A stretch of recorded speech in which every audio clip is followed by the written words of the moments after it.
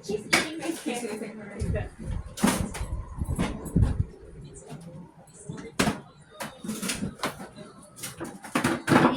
Just waiting on the mac and We still have cheese. two incoming food. Ham and turkey. But hopefully the turkey is okay. Come with us tomorrow. Because, they're waiting until it's cooked. Oh, I'm off tomorrow. Nga po, di obvious. Obvious at Black Friday. Again, day off mo na boss. Ne.